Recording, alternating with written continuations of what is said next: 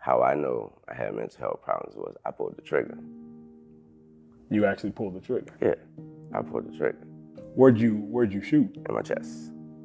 Didn't feel a thing from my heart, and didn't feel a thing though. So I wasn't going through any pain. It was a shock.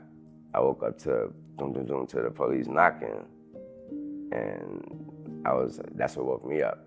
Mind you, the walls, the ceilings and the walls were white like this. So when I'm on my back, when you're looking up, my eyes probably were open the whole time. I didn't know. I probably had to click. As a kid, all you remember is you see when you die, you're gonna see the white, and you're gonna have. Well, I thought that was the white. The last one. The God I did, and so then that's when with that knocking woke me up out of that. The knocking, they kept up, but then they stopped. And once they stopped knocking, I said, okay, they must have left. It took too long for it, meaning death. It took too long. So I was still just laying there. I didn't feel a thing. I said, shit, I said, I'm here for a reason. Had on like my little school shirt, so therefore it was cotton and we had wood floors. So I'm saying that to say, because of the blood was pouring out of my chest so much, that it made it easy for me to slide with my shirt in the wood across the floor. I made it all the way there.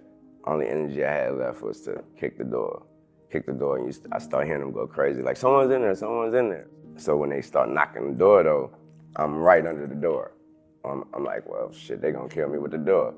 And so when they knocked the door, that's when I found out, my first time found out what off the hinges or hinges is, because they knocked it off the hinges. And so boom, and they picked it up. They saw me, they as in the cops, they saw me just jump clean over me and went through the house talking about, I found the drugs, I found the gun, I found it. And so it was I'm doing all that. And so it took a guy named Uncle Bob. And he ran up there. When he got to the top of the steps and saw me there, he refused to even step over me. One of them yelled like, I got the drugs. And that's when he went crazy. He was like, I don't give a fuck about no drugs. He's like, do you not see the baby on the ground? And funny that I was spitting all in his face, blood, everything. All I was trying to tell him, I'm not a baby. Because he kept, do you not see the fucking baby on the ground with this hole in his chest?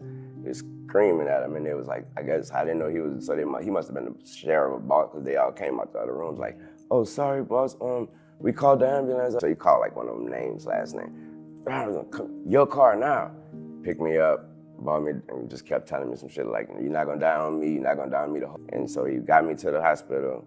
He brought me there. He never even checked it. He just left me, made sure I was good. I met him years later, but he was like, I just wanted to say, I'm happy to see that I saved a life that mattered.